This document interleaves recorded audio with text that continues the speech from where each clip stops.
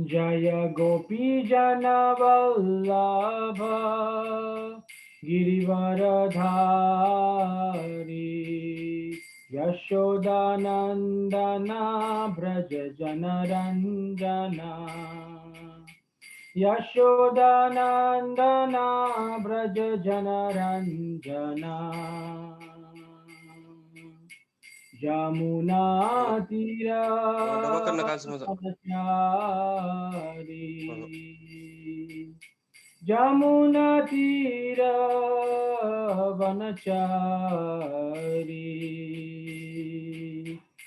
जय राधा माधव कुंज बिहारी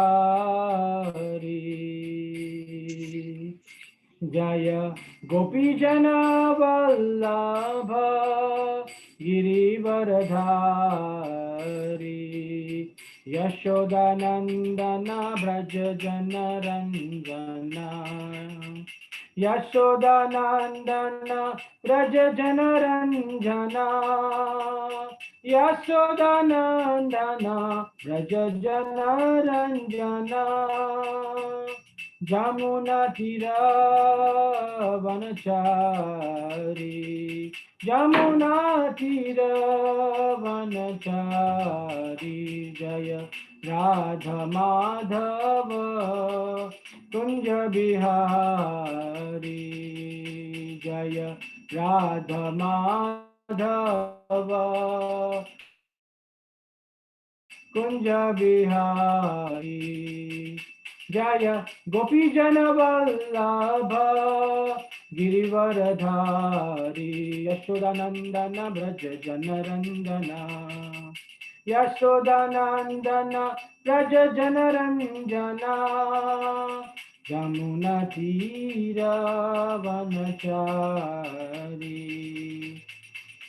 जय राधा गोपीनाथ राधा गोपीनाथ राधे जय राधा गोपीनाथ राधा गोपीनाथ राधे जय प्रभुपदा प्रभुपदा प्रभुपदा श्रील प्रभुपदा जय प्रभुपदा प्रभुपदा प्रभुपदा श्रील प्रभुपदा जय गुरुदेव गुरुदेव जय गुरुदेव नित्य गौर हरि बोल नित्य गौर हरि बोल निताय गौर प्रेमानंदी हरि हरि बोल। जय ओम विष्णुपाद परमहंस परिव्रजकाचार्य अष्टोत्तर शत श्रीमद श्रीवाइन ग्रेस श्रील श्री भक्ति वेदांत स्वामी श्रील प्रभुपाद की जय। अनंत कोटि वैष्णव वृंद की जय। नामाचार्य श्री हरिदास ठाकुर की जय। प्रेम से कहो श्री कृष्ण चैतन्य प्रभु नित्यानंद श्री अद्वैत गदाधर शिवासादि गौर भक्त वृंद की जय। श्री श्री राधा कृष्ण गोप गोपीनाथ श्याम कुंड श्री राधा कुंड श्री गिरि गोवर्धन की जय। ब्रजभूमि वृंदावन धाम की जय। मायापुर नवद्वीप धाम की जय। पुरुषोत्तम क्षेत्र श्री जगन्नाथपुरी धाम की जय। गंगा मैया जमुना मैया की जय। भक्ति देवी तुलसी महारानी की जय। समवेत गौर भक्त वृंद की जय। निताय गौर प्रेमानंदी हरि हरि बोल। All glories to the assembled devotees, all glories to the assembled devotees, all glories to the assembled devotees, all glories, all glories, all glories to Sri Guru and Sri Gauranga. Hare Krishna. Yes, Prabhu, please. हरे कृष्णा। तो हम बहुत भाग्यशाली हैं कि आज हमारे बीच में श्री श्री राधा गोपीनाथ मंदिर के बहुत वरिष्ठ गृहस्थ एक कपल उपलब्ध हैं। तो हम बहुत ही खुद को भाग्यशाली महसूस करते हैं कि आज उन्होंने अपना कीमती समय हमें दिया। तो प्रभु जी का नाम है श्रीराम प्रभु जी और उनके धर्मपत्नी है डॉक्टर किशोरी माता जी। तो प्रभु जी और माता जी दोनों ही 1991 के आसपास कृष्ण भक्ति में आए और उसके बाद जल्दी ही उनका दीक्षा भी हो गया। और उसके बाद उनके भक्ति के गंभीरता को देखते हुए उन्हें मंदिर से बहुत सारी जिम्मेदारियां दी गई, जैसे प्रचार की।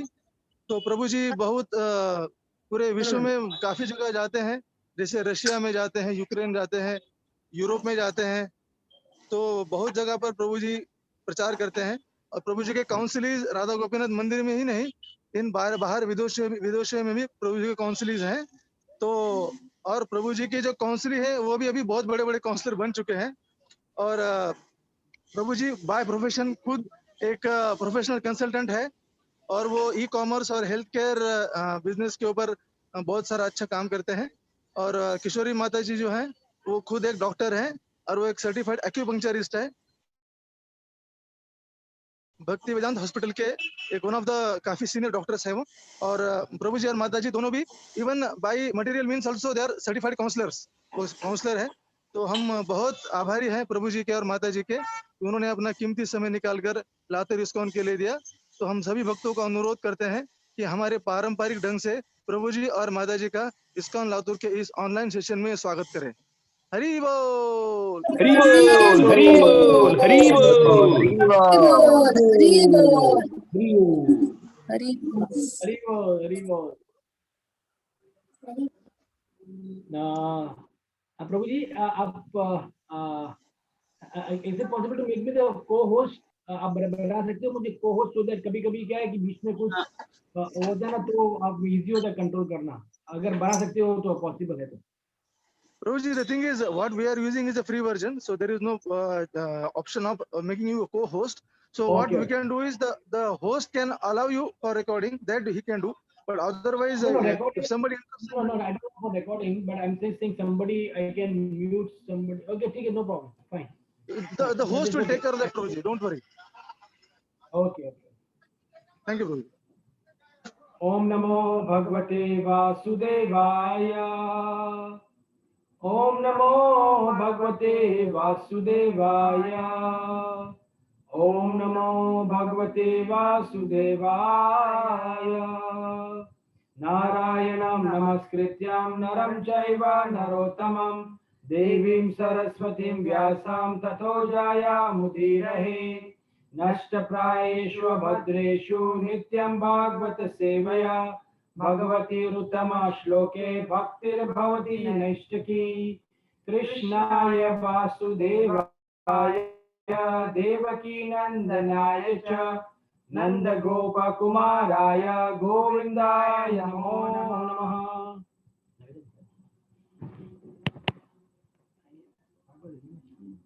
ओके, हरे कृष्णा। तो हम आज का जो वर्ड्स है वो हम पढ़ेंगे, और इसका जो हिंदी का अनुवाद है वो हमारे पास हिंदी भागवतम था नहीं, तो हिंदी अनुवाद में रिक्वेस्ट करूंगा कि आप में से कोई भी उसका अनुवाद और तात्पर्य पढ़ सकते हैं। तो हम पहले वर्ड टू वर्ड मीनिंग लेंगे। यत् सेवयाग्नेरिव रुद्ररोधनम् उमां विजयान्मालम् आत्मनस्तमा भजते वर्णं निजम् एषो शोभयो भूयात् स ईशान परमो गुरुर्गुरुः। Yat Sevaya, the Supreme Personality of Godhead, by serving whom? Agneh, in the touch with fire. Eva, as it is. Rudra Rodhanam, cup of silver or gold becomes purified. Puman, a person. Vijayat, can give up. Malam, all the dirty things of material existence. Atmanaha, of oneself. Tamaha, the mode of ignorance by which one performs pious and impious activities. Bhajata, may revive. Varnam, his original identity. Nijam, one's own. Isha, such. Saha, he. Avyaha, inexhaustible. Bhuyat, let him become. Sa, he. Isha, the Supreme Personality of Godhead. Paramaha, the Supreme. Guru, the spiritual master of all the other spiritual masters. Translation and purport by His Divine Grace Srila A.C. Bhaktivedanta Swami Srila Prabhupada की। तो प्रभु जी आप पढ़ेंगे हिंदी में कि मैं English में पढ़ूं मैं?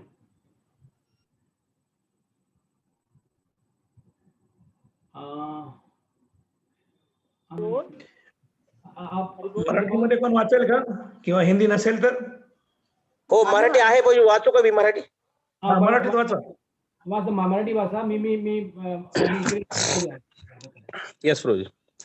भौतिक जंजाळातून मुक्त होण्याची इच्छा असणाऱ्या मनुष्याने पूर्ण पुरुषोत्तम भगवंताच्या सेवेचा मार्ग स्वीकारावा आणि भौतिक पाप पुण्याच्या अज्ञानजन्य प्रदूषणापासून दूर राहावे.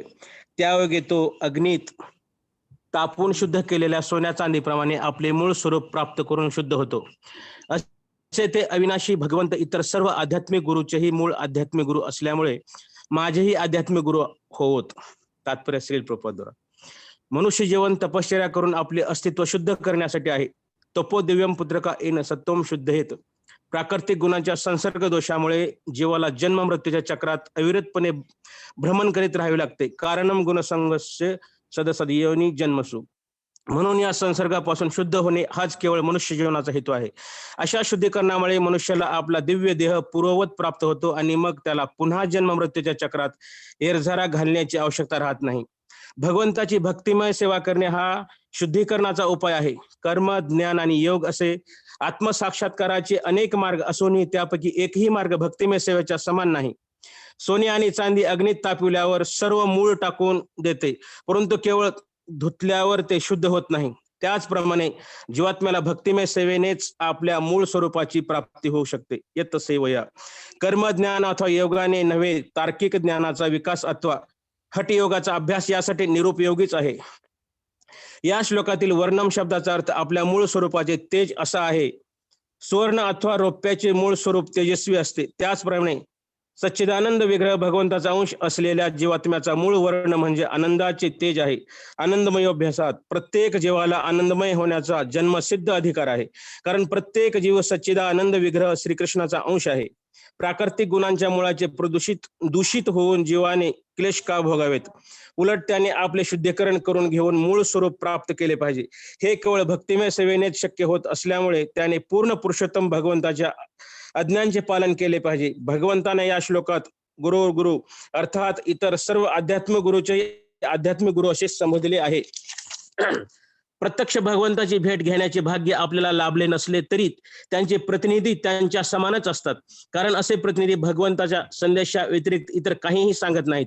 म्हणून श्री चैतन्य महाप्रभूंनी गुरुची व्याख्या करताना म्हटले आहे, यारे देख तारे कृष्ण उपदेश. प्रामाणिक आध्यात्मिक गुरु श्रीकृष्णाच्या उपदेशाचे तंतोतंत पालन करून ते इतरांना जसेच्या तसे शिकवित असतो. ज्याने श्रीकृष्णांना गुरु म्हणून स्वीकारले आहे तोच प्रामाणिक गुरु होय. यास गुरु शिष्य परंपरा असे म्हणतात. व्यासदेवांना मूळ गुरु म्हणून स्वीकारले जाते, कारण ते भगवद्गीता आणि कृष्णलीलांशी संबंधित असलेल्या श्रीमद भागवताचे संकलक आहेत. म्हणून गुरुपूजेला व्यासपूजा म्हणतात. अंततः आदिगुरु केवळ भगवान श्रीकृष्ण आहेत. नारद मुनी त्यांचे शिष्य आहेत आणि व्यासदेव नारदांचे शिष्य आहेत. अशा प्रकारे आपण गुरु शिष्य परंपरेच्या संपर्कात येतो. पूर्ण पुरुषोत्तम भगवान श्रीकृष्ण काय हवे आहे हे न जाणारा मनुष्य गुरु होऊ शकत नाही. गुरु आणि पूर्ण पुरुषोत्तम भगवंताचे उद्दिष्ट एकच आहे, संपूर्ण विश्वात कृष्ण भावनेचा प्रचार करणे. हरे कृष्णा. हरे कृष्णा.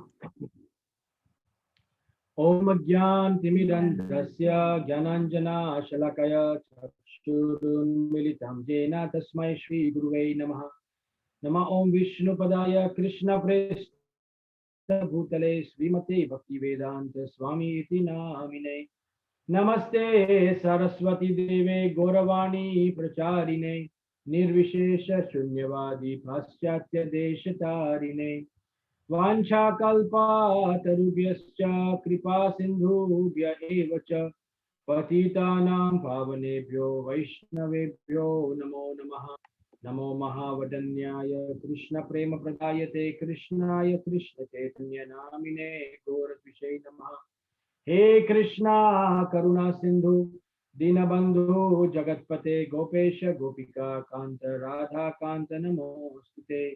तप्त कांचन गौरांगी श्री राधे वृंदावनेश्वरी वृषभानुसुते देवी प्रणमामि हरि प्रिये. जय श्री कृष्णा चैतन्य प्रभु नित्यानंद श्री अद्वैत गदाधर शिवास आदि गौर भक्त वृंद. हरे कृष्णा कृष्णा कृष्णा हरे हरे, हरे राम राम राम हरे हरे। हरे कृष्णा। मेरा इतने सालों से ये भाग्य तो नहीं हुआ है कि हम लातूर आ पाए, पर बहुत अच्छा आनंद आ रहा है कि टेक्नोलॉजी द्वारा लातूर के भक्तों को की सेवा करने का मौका मिला आज हमको। और ये भागवतम आज के शुभ अवसर पर, पुत्रदा एकादशी के अवसर पर, हमको ये बहुत ही ब्यूटीफुल वर्ड्स, बहुत ही पावरफुल वर्ड्स के ऊपर बोलने का हमारा जो सौभाग्य मिला, उसके लिए इस्कॉन लातूर को हम कृतज्ञ है और धन्यवाद कहना चाहेंगे। एक रिक्वेस्ट था कि अगर पॉसिबल है, जो भी भक्त अपना वीडियो ऑन रख सकता है तो अच्छा रहेगा, तो थोड़ा पर्सनल लगता है कि भाई कोई सामने है। नहीं तो अगर पॉसिबल है तो अगर आप ऑन कर सकते हो तो अच्छा है, नहीं तो we will begin, don't worry. तो ये बहुत ही मुझे पता नहीं है कि ये आपका जो वर्ड्स आया है वो एक के बाद एक क्रोनोलॉजिकल ऑर्डर में है, पर ये जो वर्ड्स है उसमें हम मत्स्य अवतार के बारे में चर्चा कर रहे हैं। सो मत्स्य अवतार, मत्स्य अवतार जो कि जो पहले जो 10 अवतार में जो सबसे पहले इंकारनेशन है, केशव धृता मत्स्य शरीरा, जो कि मछली के रूप में उनका स्वरूप था। तो मत्स्य अवतार की लीला के बाद जो सत्यव्रत मुनि, जो सत्यव्रत जो राजा थे, और उनकी ये प्रार्थना है मत्स्य अवतार को, जो हम पहले जो हमने जो अलग अलग जो वर्सेस पढ़े, उसमें मत्स्य अवतार का आविर्भाव कैसे हुआ, मत्स्य अवतार का जो लीला कैसे हुई और उनको फिर समुद्र में लेके गए, उसकी पूरी बहुत ही डिटेल में चर्चा की गई है। और ये जो वर्स है 46, 47, 48 और आगे जो वर्स है, उसमें हम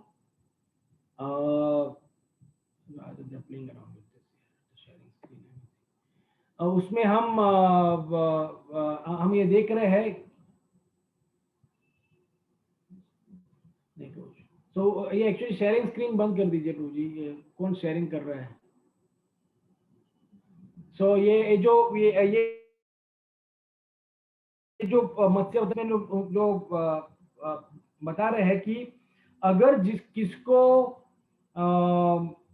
मटेरियल एंगेजमेंट से दूर होना है, अगर किसी को एंटेंगलमेंट से दूर होना है तो कैसे होना है? ये बहुत ही इंपॉर्टेंट प्रश्न है कि कैसे हम इस भौतिक जगत से हम छुटकारा पा सके। तो जीव ये हमारा जो कृष्ण भूलिया जीव भोगवांछा करे, निकटिया मायास्थाने झपटिया धरे। जो जीव, इसमें जो बताया गया है कि जो जीव है वो उसका एकमात्र उद्देश्य होता है, जब भी वो ये इस मटेरियल वर्ल्ड में आता है।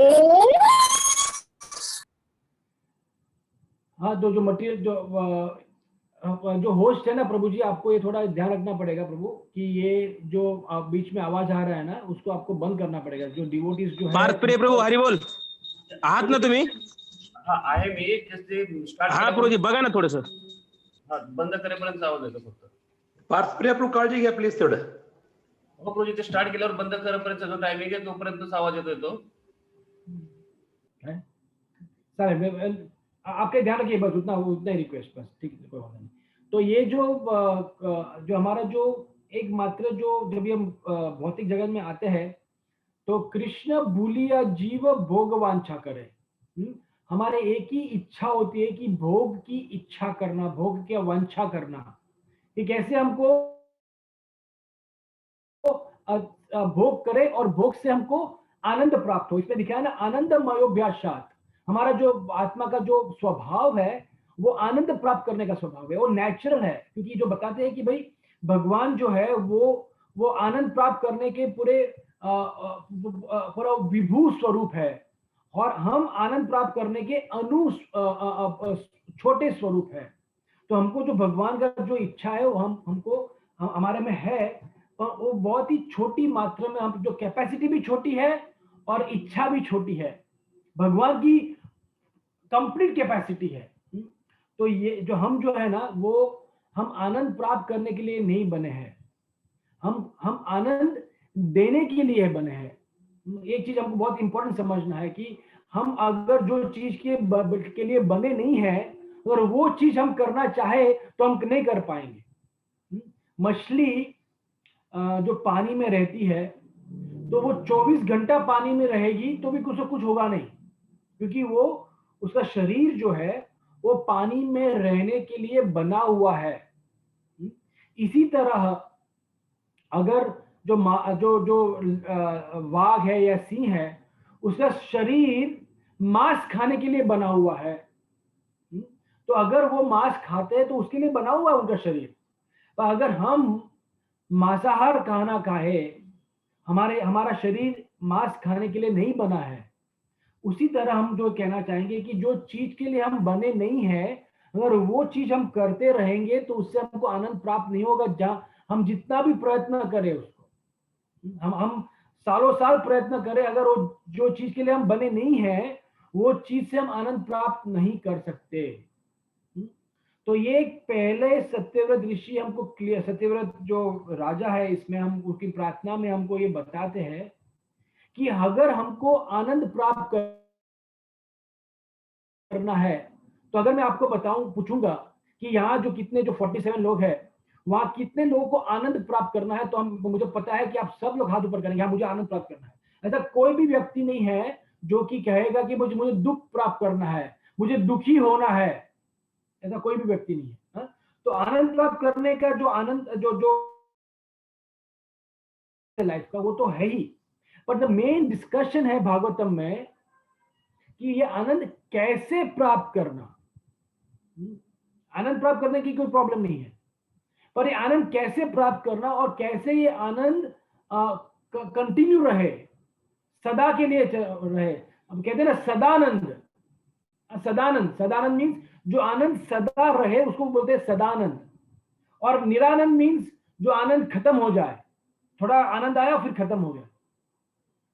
तो यहाँ जो भौतिक जगत में जो आनंद है ना, वो बहुत ही शॉर्ट है, बहुत ही छोटी मात्रा में है। जो कहते हैं ना कि कमल दल जल जीवन तलमल भजहु हरिपद नीति रे।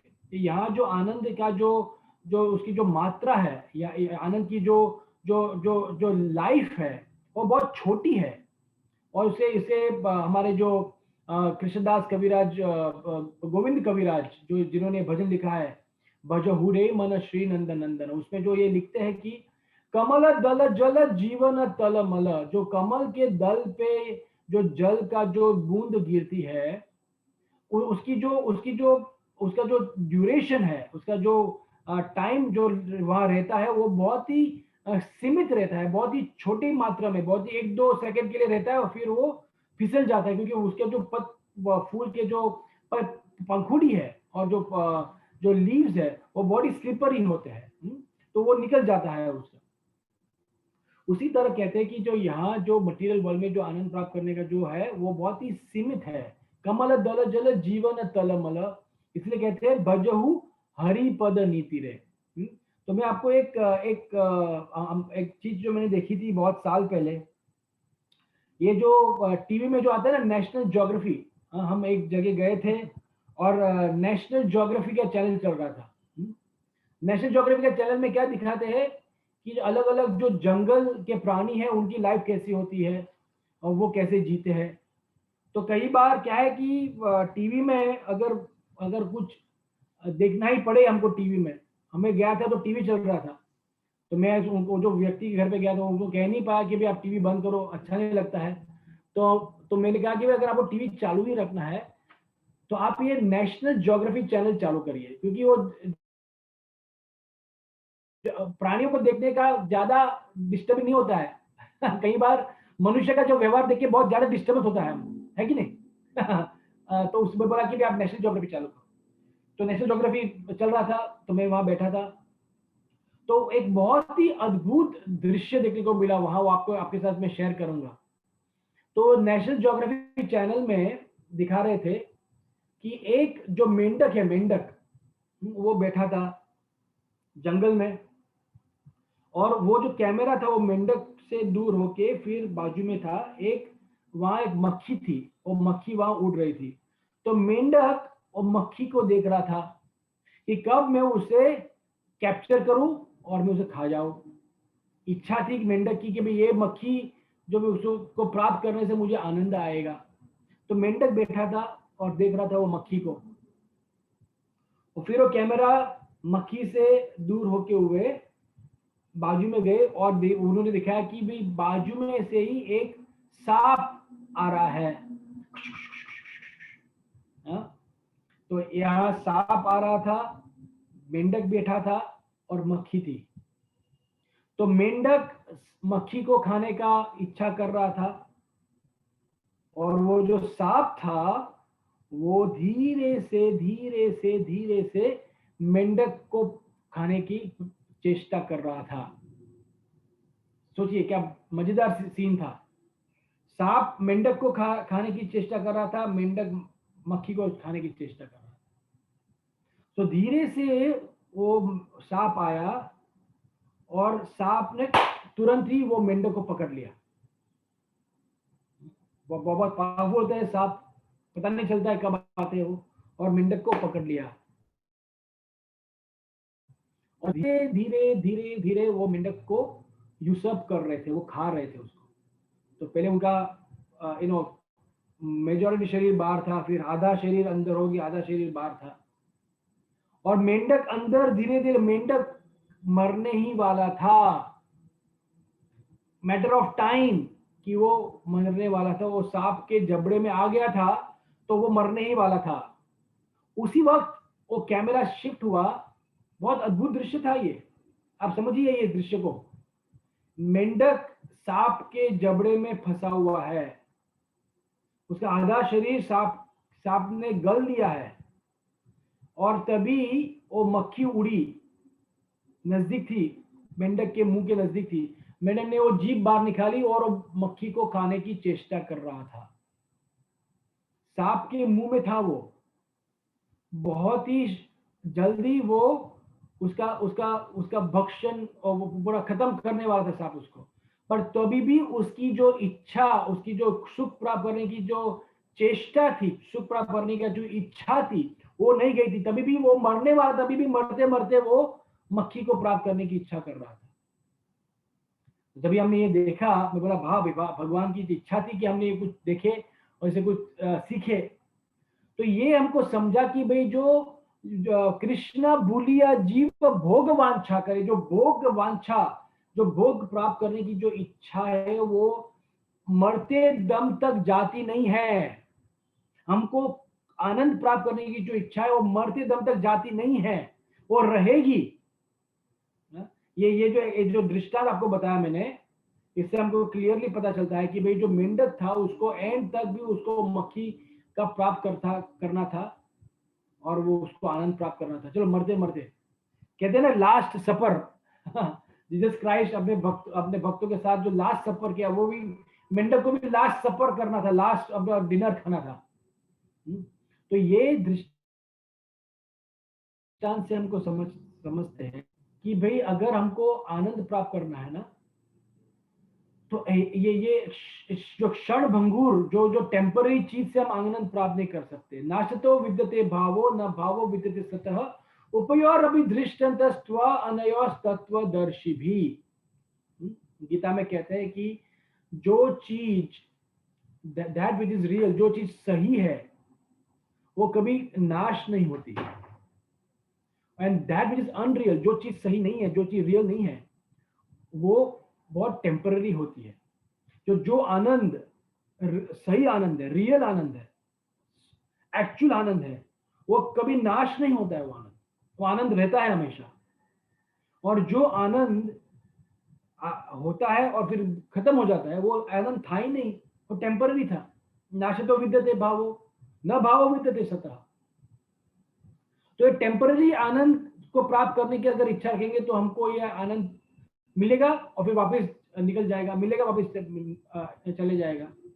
तो ये जो कांस्टेंट जो हमारी जो स्वभाव है कि हम ब्रह्मभूत प्रसन्न आत्मा न सोचती न कांक्षती। गीता में कहते हैं कि जो प्रसन्न आत्मा है, ब्रह्मभूत प्लेटफॉर्म पे है, जो ब्रह्मभूत की अवस्था में है, वो अवस्था में कैसे उसे डिस्क्राइब करते हैं, न सोचती न कांक्षती, और नीदर हैंकरिंग, कोई चीज की उनको लालसा भी नहीं है, न सोचती न कांक्षती, नो लेमेंटिंग, जो चीज जो चली गई उसके लिए रुदन भी नहीं करते वो। तो ये जो ब्रह्मभूत प्लेटफॉर्म है, ये प्लेटफॉर्म में ही वो प्रसन्न आत्मा रह सकते हैं। प्रसन्न आत्मा मीन्स हमेशा खुश रह सकते हैं। तो ये प्लेटफॉर्म कैसे प्राप्त कर सकते हैं, इसमें सत्यव्रत मुनि ने बहुत ही बढ़िया बताया है। ये प्लेटफॉर्म का हम प्राप्त करने के लिए हमारा जो ये जीवन है उसको आनंद प्राप्ति के लिए ना यूज करें, पर ये जो जीवन है उसको प्योरिफिकेशन के लिए यूज करें, शुद्धता करने के लिए यूज करें। हम हमारा जीवन उसको शुद्ध बनाए। ये लिखा है क्लियरली, ये परपोर्ट में अगर हमने पढ़ा होगा ना, तो लिखा है कि भाई ये जो अपना जीवन है, therefore the purpose of human life is to purify oneself from contamination। ये जो पर्पस है, इसका उद्देश्य बता रहे हैं ये जीवन का, ये क्या उद्देश्य के लिए हमको ये मनुष्य जन्म मिला है। आप समझिए ये चीज को, बहुत ही इंपॉर्टेंट है। इस मनुष्य जन्म का उद्देश्य है, the purpose is to purify oneself of contamination. जो हमारे जो लाखों जन्मों से जो ये मल, जो कंटेमिनेशन हमने इकट्ठा किया है हम अपने हृदय में, जो कृष्ण के को बाहिर्मुख होकर हमने जो ये जो मल हमारे शरीर में जो इकट्ठा किया है, उससे निवारण करना, उसको त्याग करना, उसको क्लीन करना, ये जीवन का उद्देश्य है। ये सबसे पहले इंपॉर्टेंट है कि ये जीवन का उद्देश्य है purification and not sense gratification. English में ये राइमिंग वर्ड्स है कि ये जीवन का उद्देश्य जो सेंस ग्रेटिफिकेशन है, जो कि अलग अलग अपने इंद्रियों की तृप्ति करना, उसके लिए नहीं बना है। इंद्रिय तृप्ति के लिए नहीं बना है, तो किसके लिए बना है? अपना जीवन जो है वो शुद्धता, अपने शरीर को शुद्ध करने के लिए बना है ये। तो ये पहले हमको समझना है। तो कैसे हम हमारा हमारा ये हृदय शुद्ध हो, वो फोकस है। उसका फोकस ये है कि कैसे हमको ये शुद्धता प्राप्त करें। इसीलिए कहते हैं ना कि जो अपना भक्ति का जो प्रोसेस है, अदौ श्रद्धा तथा साधु संग तथा भजन क्रिया के बाद क्या आता है? अनर्थ निवृत्ति। बहुत इंपॉर्टेंट। जो हम अदौ श्रद्धा, जो बिगिनिंग में जो श्रद्धा होती है, उसके कारण साधु संग का हमको लाभ मिलता है। साधु जो भगवान के जो भक्त है, उनका संग का हमको प्राप्ति होती है, क्योंकि जो अदौ श्रद्धा, जो श्रद्धा है, उससे हमको ये साधु संग की प्राप्ति होती है। और इस साधु संग में क्या डिस्कस होता है?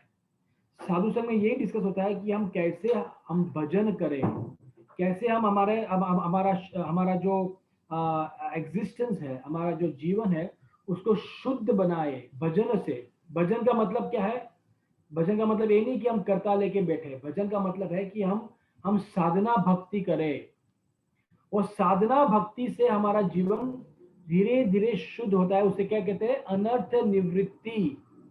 अनर्थ जो अर्थ नहीं है, जिसका कोई अर्थ नहीं है, उसको कहते हैं अनर्थ। प्रभु जी और माता जी, हमारा पूरा जीवन जो है ना, वो केवल अनर्थ प्राप्ति के लिए ही बना रहता है। हम जो चीज की आवश्यकता नहीं है, उसको हम उसका संग्रह करते रहते हैं। हम कई बार जाते हैं बड़े बड़े मॉल्स में। जो मॉल का कल्चर है, ये मॉल का जो मेन कल्चर है, मेन उद्देश्य है कि भाई जो चीज हमको नहीं चाहिए उसको हमको खरीदने के लिए प्रोत्साहन करना, प्रेरित करना। ये मॉल का कल्चर है। अगर छोटी दुकान में जाते हैं, हमको पता है कि ये 2-4 चीज चाहिए, हम 2-4 चीज लेके आ जाएंगे। और जो बड़े बड़े मॉल में जाते हैं ना, बड़ी बड़ी एक ही प्रकार का जो दूध का पाउडर है, उसके 50 प्रकार के दूध के पाउडर होंगे। जो घी है, बहुत सारे अलग अलग प्रकार के घी होंगे, और साथ में घी और दूध तो अच्छा है, तो साथ में ये पैकेट भी होते हैं, ये पैकेट होते हैं, तो हम देखते हैं, उसको प्राप्त करने की इच्छा होती है। तो ये अनर्थ प्राप्ति में हमारा जीवन चले जाता है कॉन्स्टेंटली। जो चीज अनर्थ है, जो चीज हमको एक्चुअली आवश्यकता नहीं है, जिससे हम आराम से जी सकते हैं, जिसके बिना हम जी सकते हैं, वो हम प्राप्त करते रहते हैं, उसमें पूरा जीवन चले जाता है। हाँ, पर ये जो कहते हैं ना, साधु संघ के द्वारा हम जो भजन क्रिया चालू करते हैं, उससे हमको अनर्थ निवृत्ति, उसको उसको दूर करना है। इसीलिए हम जब भी भागवत का अध्ययन करते हैं, हम भागवत का अध्ययन करने के पहले हम ये वर्ष की कहते हैं कि नष्ट प्रायेषु अभद्रेषु, जो अभद्र चीज है ना हमारे हृदय में, नष्ट, उसको नष्ट करना। नष्ट प्रायेषु अभद्रेषु, कैसे होता है ये अभद्रेषु, कैसे नष्ट होता है? नित्यम भागवत सेवया, जो भागवत की जो सेवा करना, भागवत की सेवा हम दो प्रकार कर सकते हैं। भागवत की सेवा श्रवणम से और कीर्तनम से कर सकते हैं। जो जो जो व्यक्ति श्रवण करता है वो भी उतना ही सेवा करता है भागवत की, जितनी की जो वक्ता है वो सेवा करता है बोलकर, कीर्तन करके। तो हमको ये समझना है कि भागवत की सेवा दो प्रकार से करेंगे हम, श्रवणम और कीर्तनम। तो मैं जो सेवा कर रहा हूँ आज अभी, वो कीर्तनम से कर रहा हूँ, और आप लोग जो श्रोता है वो श्रवणम से कर रहे हैं। तो नित्यम भागवत सेवया भगवती उत्तम श्लोकी भक्ति भगवती नैष्ठ की। तो उसकी बात, श्रवण कीर्तन का जो जुगलबंदी है, जो जुगलबंदी चलती है ना, कि हम कोई श्रवण करता है, कोई कीर्तन करता है, कोई श्रवण करता है, कोई कीर्तन करता है। तो ये जो दो चीज हो रही है, हम करते रहे, कभी हम श्रवण करेंगे, कभी हम कीर्तन करेंगे, कभी हम श्रवण करेंगे, कभी हम कीर्तन करेंगे। तो ये श्रवण कीर्तन के करते करते करते क्या होगा? भक्ति भवती नैष्ठ की, भक्ति की स्थापना हमारे हृदय में, एक एक इरिवोकेबल फैक्ट, ये एक इरिवोकेबल फैक्ट को क्या कहेंगे हिंदी में? इरिवोकेबल फैक्ट, एक जो स्पेशल हमारे हृदय में, उसको स्थापित हो जाएगी भक्ति। तो ये भक्ति को स्थापित करने के लिए यहाँ लिखा है कि बहुत सारे अलग अलग मार्ग है। कोई स्लो है, कोई फास्ट है, अलग अलग मार्ग है उसमें। तो जो यह सत्यव्रत जी जो वहां कहते हैं कि भाई, जो अगर उनकी हमारे हृदय की जो प्रेम है, उसकी तुलना कर रहे हैं सोना और चांदी की जो चमक है उसके, तो सोना चांदी के ऊपर जब जो कोई डस्ट लग जाता है, तो उसको हम पानी से साफ करेंगे तो निकल जाता है, पर वापिस डस्ट लग जाता है, वापिस निकल जाता है, वापिस डस्ट लगता है। पर जो ये पानी से साफ करना है वो टेम्पररी सिचुएशन है। तो अगर उसको रियल चमकाना है, तो उसको आग में डालना पड़ेगा, पूरा चमक, पूरा फायर हो जाएगा। उसी तरह हमारे हृदय में जो उसको जो अभद्र चीज को निकालनी है, तो अलग अलग ज्ञान कर्म, अलग अलग जो प्रोसेस है, पर वो कहते हैं कि द हाईएस्ट प्रोसेस जो है, जिसे कि परमानेंट प्यूरिफिकेशन हो, परमानेंट, वो है भक्ति का मार्ग। तो आज का जो वर्ष है, उसको हमको एक कंफर्मेशन मिलता है कि जो भक्ति का मार्ग जो हम सब ने अपनाया है, कई बार हमको जरूर है कि भी हमको कांस्टेंट कंफर्मेशन मिले कि भी जो मैं कर रहा हूं वो सही कर रहा हूं। तो भागवत में ये दिखाते, अलग अलग जगह पे बताते हैं कि भाई अगर भक्ति कर रहे हो तो आप सही कर रहे हो। ये भक्ति द्वारा आपका जो शुद्धिकरण बहुत पावरफुल तरीके से हो जाएगा, बहुत परमानेंट तरीके से हो जाएगा। तो हम जो ये प्रोसेस कर रहे हैं, सत्यव्रत जी यहाँ बता रहे हैं कि भाई जो भक्ति मार्ग है, भक्ति का जो प्रोसेस है, श्रवणम कीर्तन का जो प्रोसेस है, भक्तों का संग करने का जो प्रोसेस है, और गुरु की शरण लेने का जो प्रोसेस है, वो पूरे ये वर्ष में दिखाया गया है। ये प्रोसेस बहुत पावरफुल है, आप करते रहिए। तो आप ये करते रहेंगे तो आपका ये लाइफ में, इसी लाइफ में आपका जो भक्ति है वो आपके हृदय में अच्छी तरह से स्थापित हो जाएगी। तो ये एक वर्ष का उद्देश्य है कि आपको रिकन्फर्म करना, आपको प्रेरित करना कि आप जो प्रोसेस कर रहे हो उसको बनाए रखिए, उत्साह से करिए, और आपका ये भक्ति एस्टेब्लिश हो जाएगी। तो मैं अभी किशोरी को इनवाइट करूंगा कि इसको कोई वर्ष में जो दूसरे जो अलग अलग पॉइंट्स उसको आपको बताएंगी वो। हरे कृष्णा। मैं आनंद उन्होंने आज सेवा अवसर दिया। जैसे इस प्रकार से प्रभु जी ने बताया कि ये श्रीमद् भागवतम में 8वां स्कंद है और 8वां स्कंद में 8वें स्कंद में 24वां चैप्टर और 48 श्लोक है। तो ये जो श्लोक है वो बहुत ही इम्पोर्टेंट श्लोक है। मैं उसको शुरू करने के पहले भागवतम, एक जो भागवतम क्यों पढ़ते हैं और क्यों भागवतम हमारा बेस्ट साथी होना चाहिए। हाँ, एक बहुत सुंदर श्लोक आता है, मद एक बंधु मत संगीन मद गुरो मन महाधन मन निस्तारका मद भाग्य मद आनंदो नमोस्तुते। ओ श्रीमद् भागवतम, आप ही मेरे सच्चे मित्र हो, आप ही मेरे सच्चे साथी हो, आप ही मेरे गुरु हो और आप मुझे मेरा सबसे बड़ा धन हो। आप मुझे आनंद प्रदान करते हो और आप ही मेरे तारणहार हो और आप ही मेरे सौभाग्य हो और इसीलिए मैं आपको साक्षात प्रणाम करती हूँ। तो ये जो भागवतम का ये श्लोक है, इसमें 4 पॉइंट्स अलग अलग पर्पट में श्रील प्रभुपाद बताते हैं। सबसे पहला पॉइंट है कि मनुष्य जीवन जो है उसमें सबसे इम्पोर्टेंट है तपस्या। Human life is meant for purification. मनुष्य जीवन जो है वो शुद्धिकरण के लिए ही दिया गया है। अलग अलग हमने इस संसार में जब आए तो कितने सारे अलग अलग शरीर लिए होंगे, लेकिन मनुष्य शरीर जो है उसका मेन पर्पस है तपस्या। और प्रभुपाद बताते हैं कि जब भौतिक संसार में जीवात्मा आता है तो उसे 3 गुण के अंदर उनका कंटामिनेशन होता है, वो गंदगी में हो जाता है और वो गंदगी साफ करने के लिए एक ही प्रोसेस है और वो है भगवान की भक्ति।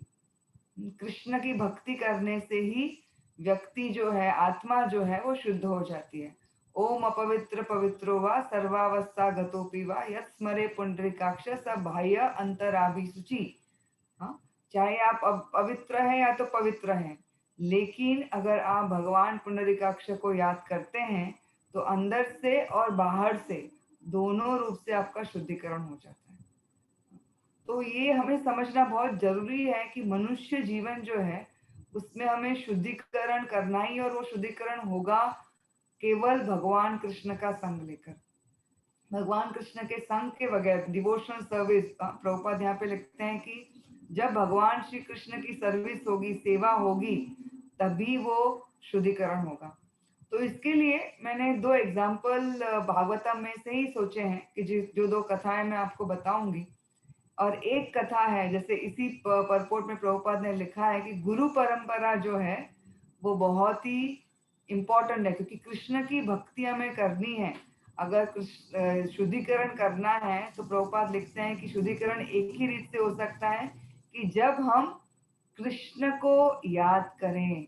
अगर कृष्ण को याद करेंगे तो ही हम इस संसार में प्यूरिफिकेशन, हमारा आत्मा का शुद्धिकरण हो सकता है। जैसे कि अगर हम देखते हैं कि अगर सोना और चांदी है, सोना और चांदी में अशुद्धि होती है, लेकिन जब उसे अग्नि में तपाया जाता है तो वो उसकी ओरिजिनल शुद्धि जो है, ओरिजिनल सोना, ओरिजिनल चांदी प्राप्त होती है। तो डिवोशनल सर्विस जो है उसे यहाँ वो अग्नि बताया गया है कि जिस अग्नि में आत्मा का जो इस संसार में कितने जन्मों से उसमें कंटामिनेशन हो रहा है उसका शुद्धिकरण हो जाएगा। जैसे प्रभु जी ने बताया कि संसार में जब हम आते हैं तो बहुत सारी अलग अलग इच्छाएं होती है, और जो अलग अलग इच्छाओं से जो भी कर्म हम करते हैं उस कर्म से और इच्छाएं बनती हैं और वही कर्म से हम जन्म मृत्यु के चक्कर में बनते जाते हैं। लेकिन अगर शुद्धिकरण करेंगे भाई कृष्ण की कृपा से, गुरु की कृपा से, हमें अगर ये भक्ति का, कृष्ण की सेवा करने का अवसर मिल जाता है तो वहीं से हमारा शुद्धिकरण प्रोसेस जो है वो शुरू हो जाता है। श्रीमद् भागवतम के 1st कैंटो 2nd चैप्टर में, उसका नाम है डिवोशनल सर्विस, उसमें श्लोक के बाद श्लोक है 1.2.16 से शुरू होता है कि शुशुषो सद्दानस्य वासुदेव कथा रुचि स्वनमहस्यवया विप्र पुण्य तीर्थ निषेवणात्, कि ऐसे भक्त जिन्होंने कृष्ण की प्रति उनकी श्रद्धा बहुत ही स्ट्रांग है, ऐसे भक्तों की जब हम सेवा करते हैं तब क्या होता है कि वासुदेव भगवान श्री कृष्ण के प्रति उनकी वाणी सुनने के लिए हमें लगा हो जाता है। तो भक्ति की शुरुआत कैसे होती है? जब हम महान भक्तों की, भागवत जो है उनकी सेवा करते हैं। तो इसके लिए जब हम फर्स्ट कैंटो में ही आगे चैप्टर पढ़ते हैं, 4th चैप्टर 5th चैप्टर, तो उसमें श्री नारद मुनि की कथा आती है कि नारद मुनि जो थे वो हमारे गुरु हैं। एक्चुअली गुरु ब्रह्मा माधवा गौड़ीय संप्रदाय में वो सबसे बड़े हमारे गुरु हैं, क्योंकि गुरु उन्हीं ने वेद व्यास जी को ज्ञान दिया और वेद व्यास जी से फिर गुरु परंपरा में हमें ज्ञान मिला है। तो नारद मुनि जी वेद व्यास जी को बता रहे हैं उनके जीवन में उन्होंने भक्ति कैसे प्राप्त की। तो नारद मुनि के एक्चुअली ओरिजिनली वो ब्रह्मा के मानस पुत्र हैं। अब ब्रह्मा जी ने जब क्रिएशन किया, रचना की, संसार की रचना की, तो उनके मन में से नारद मुनि का जन्म हुआ था। लेकिन उस समय उसके बाद जब नारद जो थे उनकी कुछ इच्छा हो गई कि उन्होंने बताया ब्रह्मा जी को कि मुझे, ब्रह्मा जी बेसिकली क्रिएशन करते थे क्योंकि वो चाहते थे कि जिनकी भी रचना करते हैं वो लोग और संतान प्रजोत्पत्ति करे और प्रजा के उत्पन्न करे। लेकिन नारद जी ने बताया कि नहीं, मुझे तो ब्रह्मचारी ही रहना है। तो ब्रह्मा जी नाराज हो गए और इसकी वजह से उन्हें कुछ तो कर्ज दे दिया और नारद का जन्म हो गया उपभरणा करके गंधर्व लोक में। तो गंधर्व लोक में उपभरणा करके नारद का जन्म हो गया और वो भूल गए सारी चीज। तो वहां गंधर्व लोक में उनकी सेवा थी क्योंकि आवाज बहुत ही सुंदर थी कि आप अच्छी तरह से भगवान श्री कृष्ण और नारायण के अलग अलग कीर्तन करेंगे, स्तोत्र गाएंगे। तो एक बार बहुत बड़ा फेस्टिवल था और उस फेस्टिवल में वहाँ के जो प्रजापति, उन्होंने नारद उपभरणा को बताया कि आप स्पेशली आपको चूज किया है कि आप बहुत अच्छी तरह से भगवान विष्णु के स्तोत्र गाएंगे। तो उपभरणा जो है वो अपने इतने सुंदर सुंदर गाने गा रहे थे, तो उसमें उन्होंने एक्चुअली, क्योंकि गंधर्व लोक में बहुत सुंदर स्त्रियां भी होती है, तो वो विष्णु का स्तोत्र गाने लगे, लेकिन वो गाने के साथ इस प्रकार से गाने लगे कि जैसे वो स्त्रियों को आकर्षित करना चाहते थे। उनकी आवाज से विष्णु का स्तोत्र कर रहे थे, लेकिन गाते ऐसे रहे थे कि जाए कि जो सारी स्त्रियों को आकर्षित कर रहे हैं। तो जब प्रजापति ने देखा तो प्रजापति ने तुरंत ही उन्हें श्राप दे दिया कि तुम्हें बहुत इच्छा है ना भौतिक संसार में लोगों को आकर्षण करने की, तुम्हें विष्णु के प्रति आकर्षण नहीं हो रहा है, तो तुम पृथ्वी लोक पे चले जाओ और तुम्हारा ये सारा जो तुम्हारे पास जो शक्ति है, इतनी सारे सुंदर गाने की शक्ति है और तुम्हारा शरीर इतना सुंदर है, तुम्हें इतने अच्छे गंधर्व लोक में, उच्च लोक में तुम्हें जीवन प्राप्त हुआ है, वो सब निकल जाएगा, तुम भौतिक संसार में चले जाओ। तो जैसे भूरिजन प्रभु बताते हैं कि अगर कोई हवा में जादुई क्या बोलते हैं, मैजिक कारपेट बोलते हैं ना, जादुई कारपेट पे अगर कोई उड़ रहा है और अगर कोई कारपेट खींच लेगा तो क्या होगा, सीधा ऊपर से आकाश से व्यक्ति जो है वो जमीन पर गिर जाएगा। तो इसी प्रकार से उपभरणा जो है वो गंधर्व लोक से, क्योंकि इंद्रिय तृप्ति की इच्छा हो गई, मन जो है वो विचलित हो गया, उनका अधोगति हो गई और आ गए वो भौतिक संसार में पृथ्वी पर। और पृथ्वी पर उनका जन्म हुआ एक स्त्री, जिसे भागवत में नारद मुनि बताते हैं कि वो मेड सर्वेंट थे, मतलब एक नौकरानी थे। उनके पिता का कोई उल्लेख भी नहीं दिया है। तो तुरंत गंधर्व लोग, इतना सुंदर शरीर, इतनी सुंदर सेवा, वो सब छोड़ के उनका जन्म हो गया एक शूद्र के घर में, एक नौकरानी के घर में। लेकिन कृष्ण की असीम कृपा से नारद मुनि उपभरणा को पूरा याद था उनका प्रीवियस जन्म, कि उन्होंने क्या गलती की थी, तो हमेशा वो दुखी रहते थे। तो जब वो 5 साल के थे तो उनकी माता जो थी वो एक आश्रम में, जंगल में आश्रम था, वहां पे वो नौकरानी थे। तो उस आश्रम में चतुर्मास करने के लिए बहुत सारे भागवत आए, बहुत सारे साधु आए। तो जो छोटा लड़का था वो अपनी माता के साथ वो सारे साधुओं की सेवा में लग गया। माता उनके लिए प्रसाद बनाती थी, उनके जगह जो स्वच्छ करती थी। तो ये छोटा लड़का माँ को सहाय करने लगा। और जब वो सहाय कर रहा था तो साधु क्या करते हैं, भगवान कृष्ण के भक्त हैं, वो तो चतुर्मास में एक जगह पर रह रहे थे।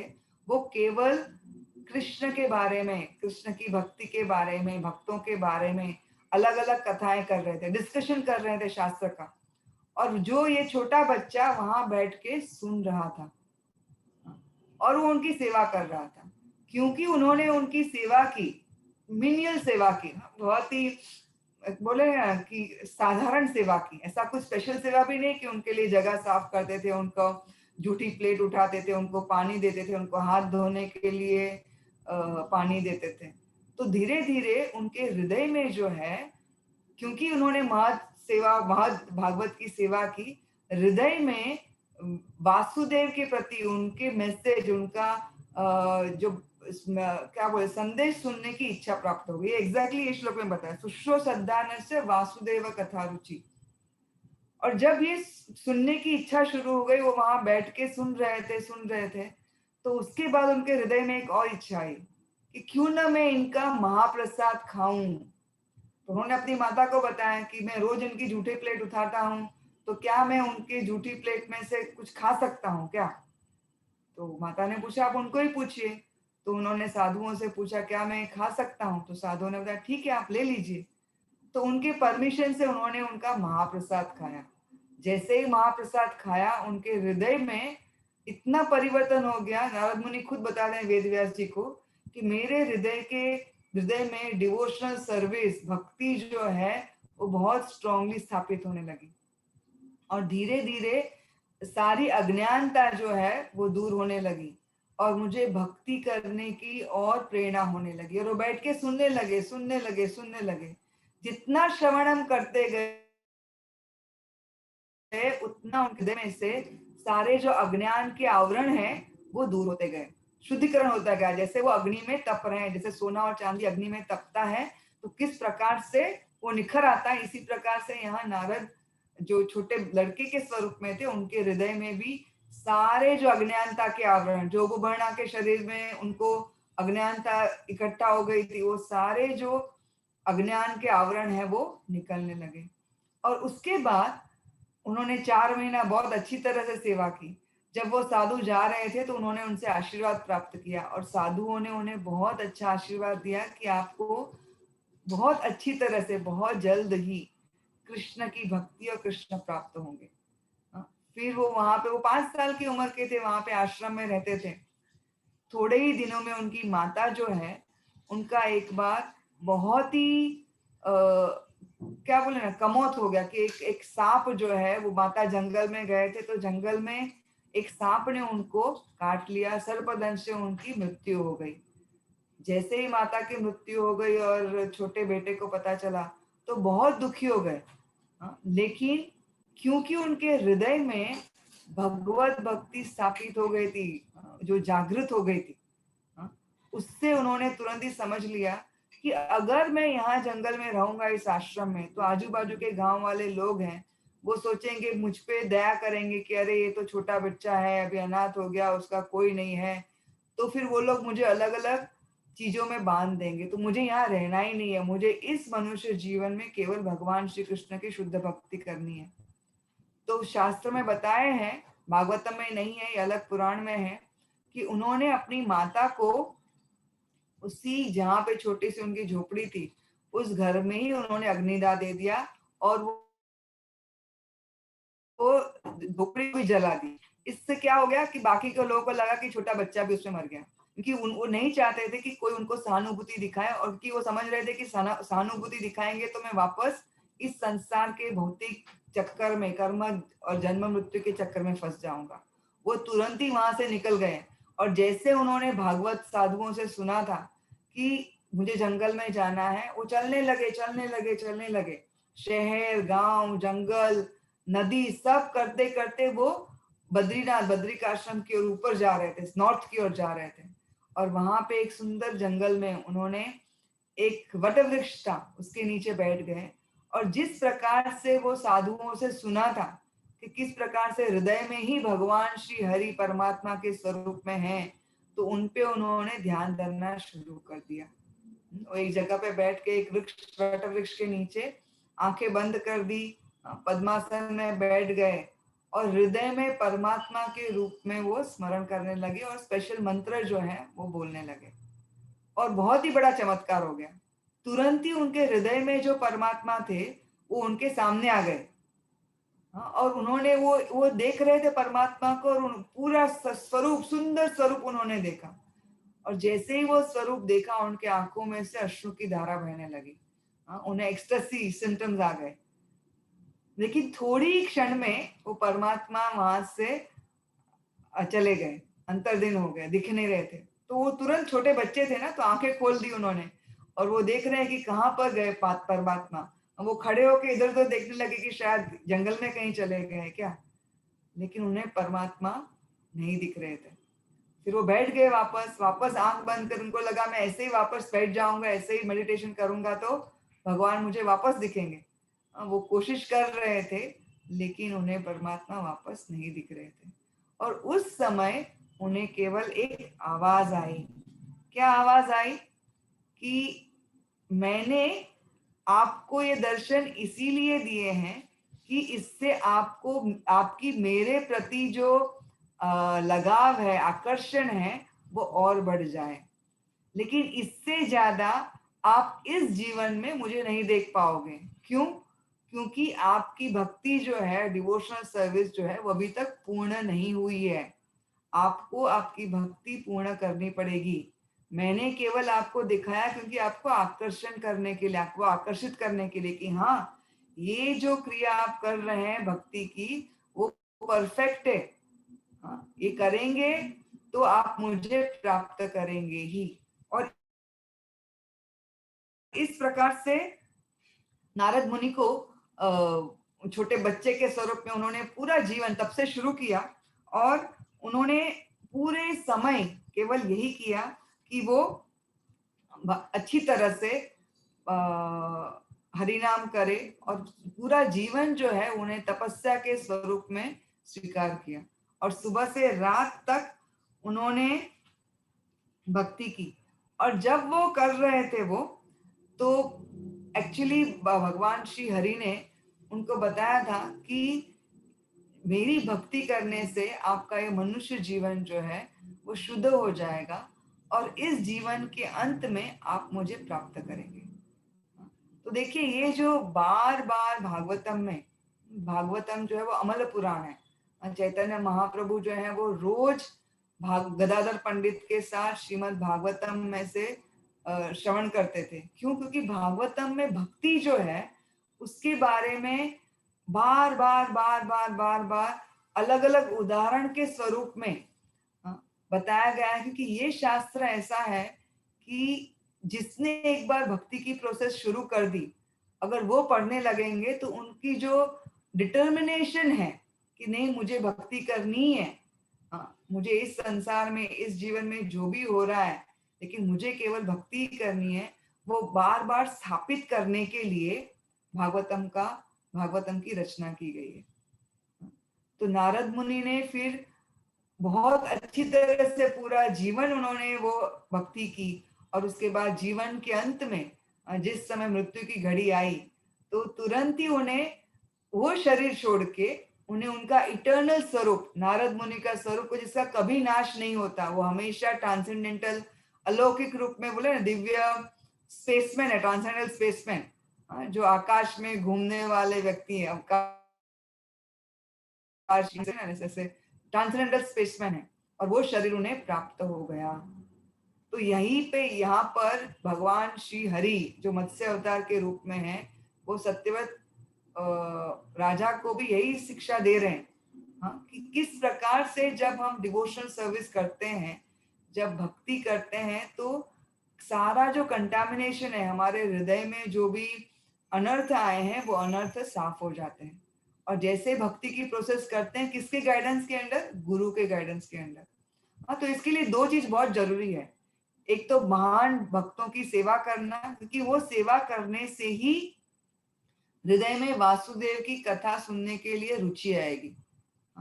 और उसके बाद 1.2.17 क्या है कि श्रृण्वता सता कृष्ण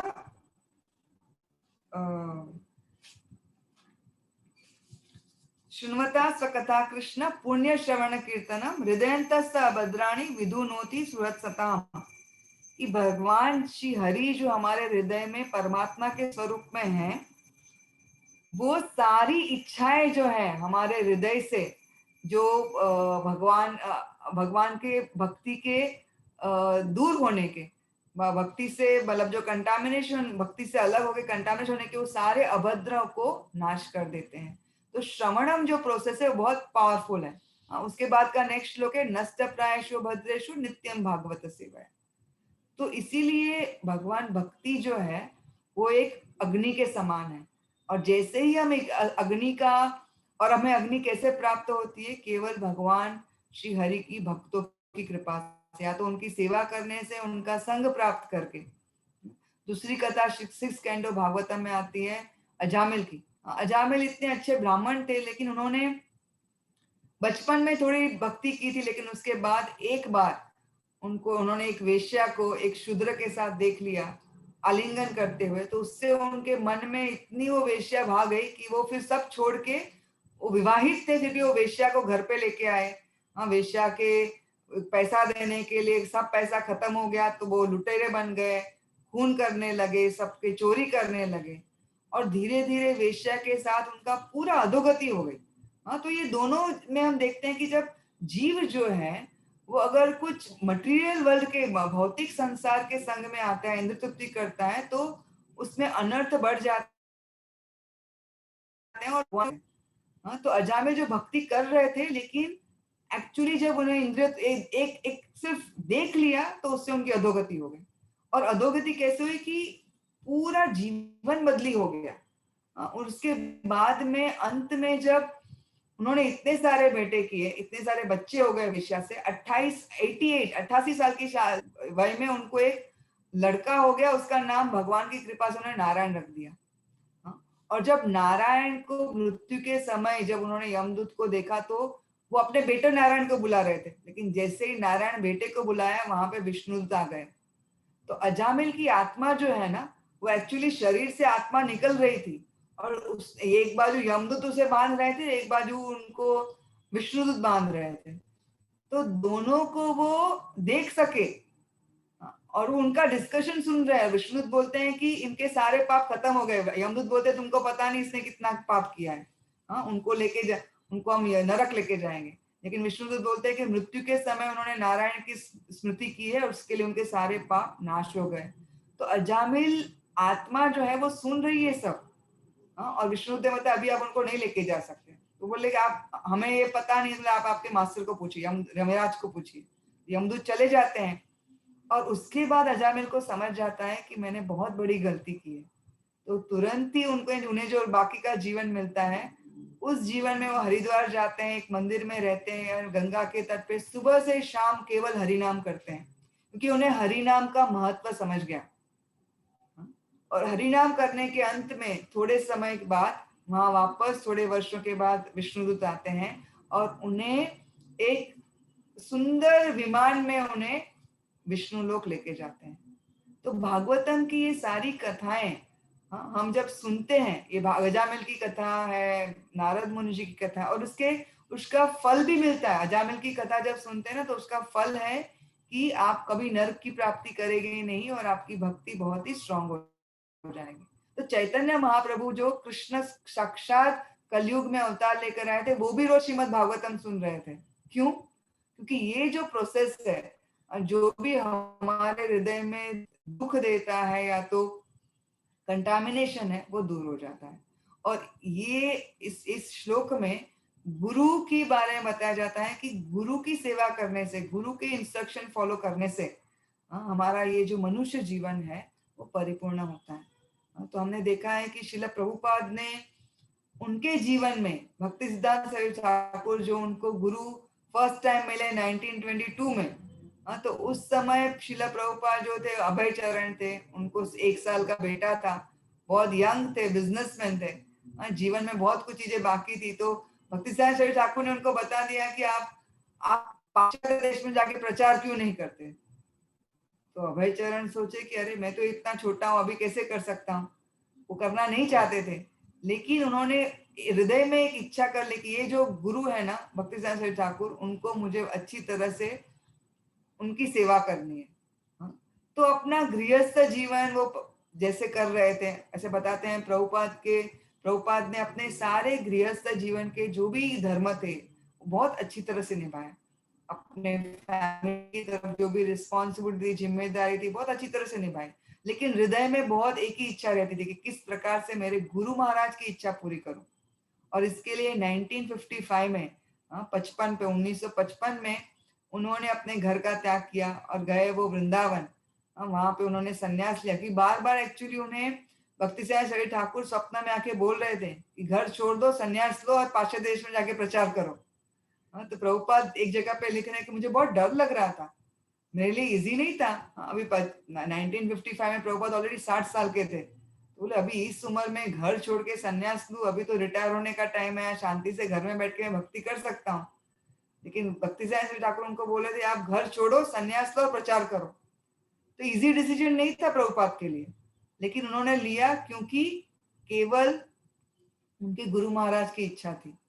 और वो गुरु महाराज की इच्छा पूरी करने के लिए शिला प्रभुपाद ने बहुत तपस्या की। अपना घर, अपना आराम, उनके पास उस समय में भी सोचो उनके पास घर में गाड़ी थी। हाँ, तो कितनी अच्छी तरह से धनी व्यक्ति थे, परिवार था, बेटे थे, बड़ा घर था, सब छोड़ दिया। हाँ, और वो चले गए वृंदावन। और वृंदावन में उन्होंने सोचा कि अगर मुझे पाश्चात्य देश में जाके प्रचार करना है तो उसके लिए सबसे इंपॉर्टेंट है कि श्रीमद् भागवतम लेके जाना पड़ेगा और भागवतम का मुझे अनुवाद करना पड़ेगा। तो प्रभुपाद बहुत इंटेलिजेंट थे। उन्होंने अपनी बुद्धि का है पूर्ण रूप से भक्ति में उपयोग किया। हाँ, उन्होंने फर्स्ट कैंटो भागवतम जो उसको लिखा, दादा दामोदर मंदिर में रहे, रूप गोस्वामी पाद से रोज प्रार्थना करते थे। तो बहुत तपस्या भरा जीवन जिया। आप अगर देखेंगे ना कि राधा दामोदर मंदिर में आप जाते हैं तो शिला प्रभुपाद का छोटा रूम है। तो वो छोटे रूम में कभी आपने सुना है कि सोचा है कि वहाँ टॉयलेट बाथरूम कहाँ पे है? वहाँ टॉयलेट बाथरूम अंदर नहीं है। टॉयलेट बाथरूम कहाँ है? अगर आप वृंदावन में जाएंगे राधा दामोदर मंदिर में, जहाँ एंट्री करते हैं ना, जहाँ चप्पल रखते हैं, वहां पे एक टॉयलेट है। तो प्रभुपाद रहते थे अंदर, लेकिन जब भी बाथरूम जाना है तो बाहर आते थे। तो अपना घर बार गाड़ी छोड़ के इतनी तपस्या भरा जीवन जी रहे थे। क्यों? कि आप और मैं, हम जैसे लोगों को भगवत भक्ति प्राप्त हो सके। अगर प्रभुपाद ने वो तपस्या नहीं की होती, वहां से फिर उन्होंने सुमति मुरारी को इतनी मिन्नतें की कि प्लीज मुझे एक टिकट दे दीजिए। सोचिए, इतने वो खुद भी बड़े बिजनेसमैन थे, कितना उनको ह्यूमिलिएटिंग लगा होगा, कितना बुरा लगा होगा किसी के पास ऐसा गिड़गिड़ाना, भीख मांगना। लेकिन प्रभुपाद ने वो भी किया। क्यों? क्योंकि उनको उनके गुरु महाराज की इच्छा पूरी करनी थी। और जब उन्हें प्लेन की टिकट नहीं मिली, एक जलदूत जो कार्गो शिप था जो सामान लेके जा रहा था, ऐसी एक उसमें वो गए। और जब जा रहे थे तभी भी उसमें कोई उनको छोड़ने नहीं आया। प्रभुपाद लिखते अपनी डायरी में कि मुझे छोड़ने के लिए कोई नहीं है, मैं अकेला ही जा रहा हूँ। ऐसा नहीं था लोग बोले थे अरे जाओ आप लोग, आप जा रहे हैं अमेरिका प्रचार करने के लिए, बहुत बड़ी चीज है। कोई नहीं था। सोचिए, एक 65 ईयर्स ओल्ड, 65 साल के व्यक्ति को कितनी जरूरत होती है। कोई तो है ना मेरा जो मुझे छोड़ने को आएगा। कोई नहीं आया। उनका एक बेटा ही आया, कोई गुरु भाई नहीं आया, कोई किसी मंदिर ने गौड़िया मठ ने उनको सपोर्ट नहीं किया। वो अकेले निकल पड़े। और जब जलदूत में गए तो उनको 2 बार हार्ट अटैक आए।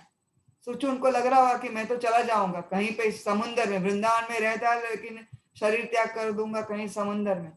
लेकिन एक ही इच्छा थी कि मेरे गुरु महाराज की इच्छा पूर्ण करनी है।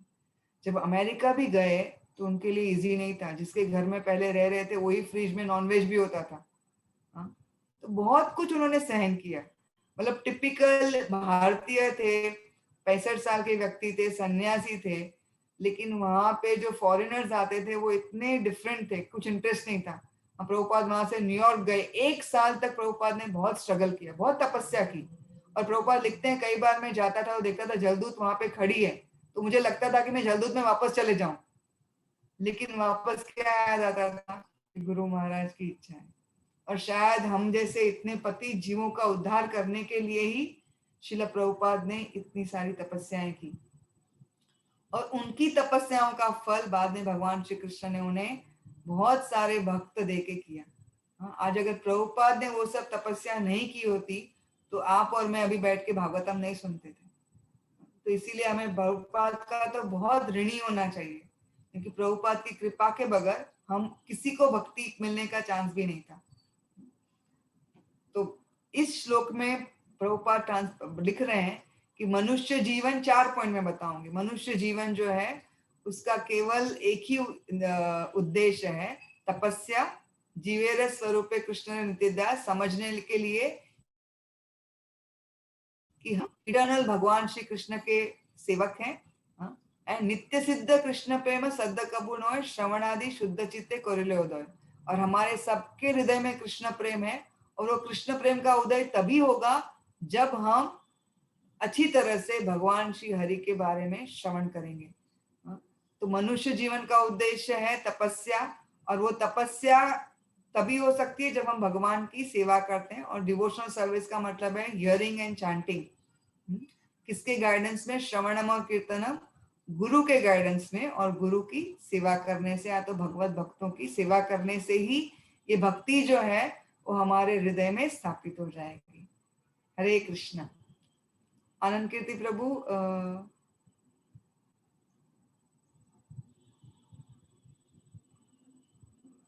कोई प्रश्न अगर है या तो कुछ।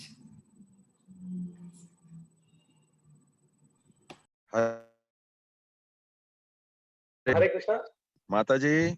मत हरे कृष्णा। हरे कृष्णा गुरु प्रभु, दंडवत प्रणाम। किशोरी माता जी दंडवत प्रणाम। दंडवत प्रणाम प्रभु जी, आपको देख के बहुत अच्छा लग रहा है। श्री दामा जी कहाँ पर हैं? दोनों को देख लेता हूँ फिर। श्री दामा जी है? हाँ, वो हमारे घर में राधा कृष्ण का विग्रह है ना, तो उनका कुछ सेवा करने 1 मिनट आ रहे हैं। हाँ हाँ, कैसे हैं आप? ठीक हूँ मैं। आपको देख के मुझे इतना ही मालूम है कि आप दोनों ऐसे लोग हैं जो वास्तव में गोलोक धाम के लोग हैं, भौतिक जगत में आके कुछ सेवा के लिए बैठे हुए हो। श्रीदामा जी क्या छोटी चीज है क्या? आपको देख रहा हूं, यही मेरा भाग्य लग रहा है। आपको देख रहा हूं दोनों को, ये देख के ही मुझे भाग्य लग रहा है। अरे देखिए, जैसे भौतिक जगत में तो कुछ काम के लिए, कुछ सेवा के लिए दे दिए हैं आपको, लेकिन है गोलोकी के, गोलोकेर प्रेम धन हरिनाम संकीर्तन, ये लोग आई है। ऐसे करताल रहती थी श्रीदामा जी के हाथ में, एक करताल रहती थी, और करताल को ऐसा बजाएंगे उसके बिना तो मजा नहीं आती थी। तो ये दोनों भी, आप दोनों भी, मैं गुरु महाराज के साथ में हम जो लोग देखे हैं, ऐसा संबंध है कि इसको हमको पता नहीं चलता है, हमको ये समझ में नहीं पाते हैं। ये श्रीदामा जी और किशोरी माता जी, ये जो हमने पहले से देखे हैं गुरु महाराज के साथ में, तो ये बड़ा भाग्य है, बहुत बड़ा भाग्य है। और इतना ही मुझे लगता है किशोरी माता जी और श्रीदामा जी, मेरे के बारे में इतना लगता है ये मेरे हैं, वो मेरे हैं, इतना ही लगता है ये मेरे हैं, इनको छोड़ के मैं नहीं जा सकता हूँ। हम पूरे आपके हैं। हाँ, हम पूरे आपके हैं, दोनों आपकी सेवा में। ऐसा भाग्य था। एक बार गुरु महाराज ने बताए थे मेरे को, वो तो आपको बताया होगा शायद, श्रीदामा जी, गुरु महाराज ने एक बार मुझे बताए थे। इन्होंने बताया अपने मंदिर में किशोरी माता जी के यहाँ पर गुरु महाराज बैठे थे, और गुरु महाराज सोच रहे थे कि किशोरी माता जी के लिए ये तो डॉक्टर बन रही है, इनको शादी कैसे करेंगे, इनको शादी के लिए क्या किया जाएगा, ऐसा माता जी गुरु महाराज मुझे बता रहे थे कि विचार कर रहे थे महाराज, और मुझे बताए थे। तो बोले ये किशोरी माता जी के लिए अभी शादी के लिए क्या देखेंगे। ऐसा जब मंदिर में देख रहे थे उतने में श्रीदामा जी अंदर आ गए मंदिर में अंदर आ गया। तो आते ही गुरु महाराज ने बताए, देखे, बोले अरे ये श्रीदामा अंदर आ गया। तो यही आया है, इसीलिए भगवान बोल रहे हैं कि ये दोनों ये है। तो गुरु महाराज ने मुझे बता दिए थे कि बोले किशोरी जी को मैं ढूंढ रहा था कि मैं भाई इनको क्या करे, इनके लिए क्या वो करेंगे। तो तुरंत श्रीदामा अंदर आ गया मंदिर में। और महाराज ने बताया, देखो श्रीदामा इसलिए अंदर आ गया है, बिना काम का नहीं आया है। मैं जब देख रहा था, मैं भगवान को पूछ ही रहा था। गुरु महाराज सोच रहे थे कि भाई हे प्रभु, हमारी ये किशोरी माता जी के लिए क्या करना चाहिए, कैसे क्या होगा आगे हमको बताओ, क्या बताए। तो श्रीदामा आ गया अंदर, और क्या चाहिए। ऐसा महाराज ने बोले थे। तो ये छोटी चीज नहीं है। Where are you now? आप किधर हो अभी? आप वृंदावन में? हाँ, अभी एक 15 दिन पहले भक्ति वेदांत स्वामी हॉस्पिटल में गया था मैं। वो थोड़ा चेस्ट पेन हो गया था। भक्ति वेदांत हॉस्पिटल में एक 5-6 दिन था, फिर बाद में वापस आ गया। वहां पर ये थे अपने डॉक्टर श्री सुधा, अरे बाप रे, अब तो सुदामा ही और अवनीश। हाँ, उधर डॉक्टर अवनीश भक्ति वेदांत हॉस्पिटल में, हॉस्पिस में, उधर भक्ति वेदांत हॉस्पिटल में था। तो आप दोनों को देख के बड़ा भाग्य हो गया, अब आनंद लगा एकदम। हमें भी बहुत आनंद हो गया आपको देख के। आप कल्पवृक्ष ट्री के नीचे खड़े हो वृंदावन में, तो हमारा भाग्य, सबका भाग्य आपको देखकर। अब और पीछे कल्पवृक्ष झाड़ दिख रहा है ब्रज का।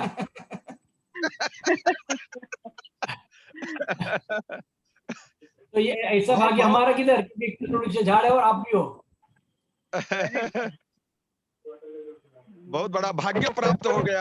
अब दोनों को देख के मैं आनंदमय हो गया हूँ एकदम। प्रभु, Akrur took away Krishna from Vrindavan to Mathura, and Sridhama was waiting in Bandirvan. So we have a very special relation. You were the cause of my waiting.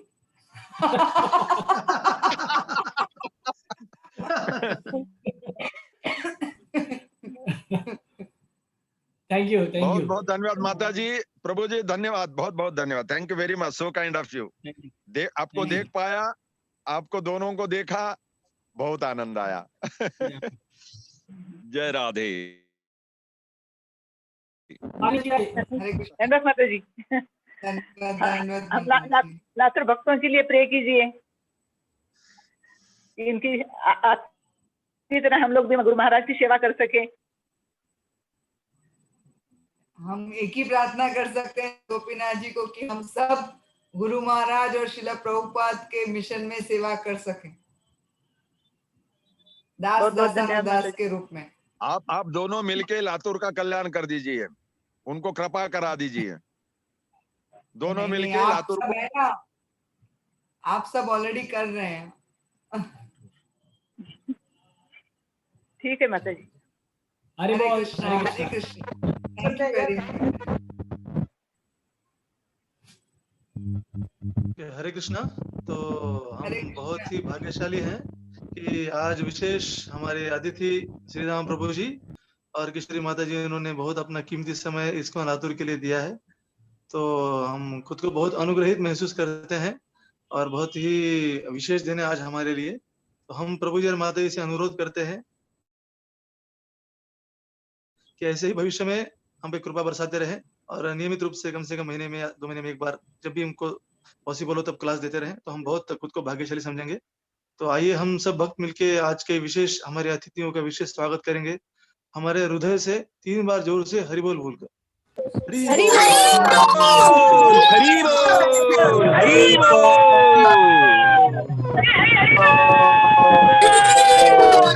और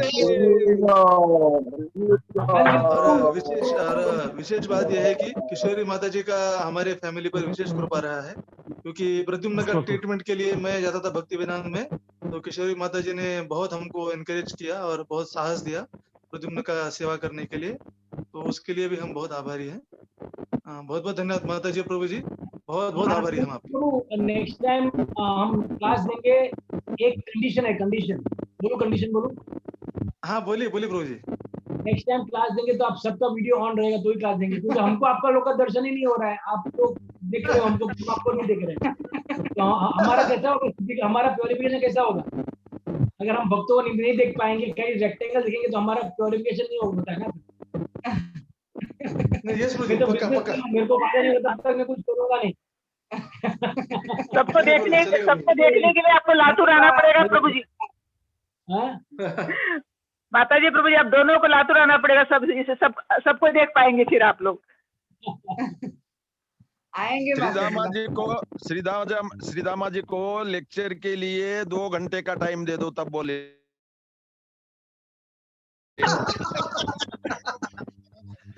श्रीदामा जी को 2 घंटा बोले तो छोटा काम हो गया।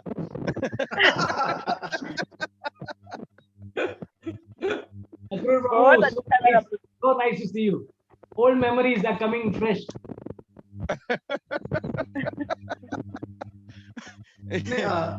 प्रभु जी एक रिक्वेस्ट है, जैसे आपने औरंगाबाद में सेमिनार किया था ना प्रभु जी 2 दिन का, उसके में आया था, तो वैसा सेमिनार आप लातूर में भी कर सकते हैं 2 दिन का, तो उसके लिए हम लोग सारी व्यवस्था कर सकते हैं ऑफलाइन में। हाँ ठीक है, ऑनलाइन ना offline? Offline offline offline offline अभी थोड़ा डिफिकल्ट है प्रभु जी, क्योंकि मेरी बेटी 12th स्टैंडर्ड में है और अभी वो नीट कर रही है मेडिकल एंट्रेंस के लिए, तो जब तक वो एग्जाम खत्म नहीं होता हम लोग ट्रैवलिंग कहीं पे भी नहीं करेंगे। नहीं माता जी, उसका एडमिशन होने के बाद में। हाँ, उसका एडमिशन होने के बाद में आएंगे। Yes yes. हरि बोल, अक्रूर प्रभु की जय, अक्रूर प्रभु की जय, वृंदावन धाम की जय, श्रीदामा जी किशोरी माता जी की जय हो, वृंदावन धाम की जय। आनंद कीर्ती प्रभू संध्याकाळचं अनाउन्समेंट करा, आनंद कीर्ती प्रभू। हरे कृष्णा। तो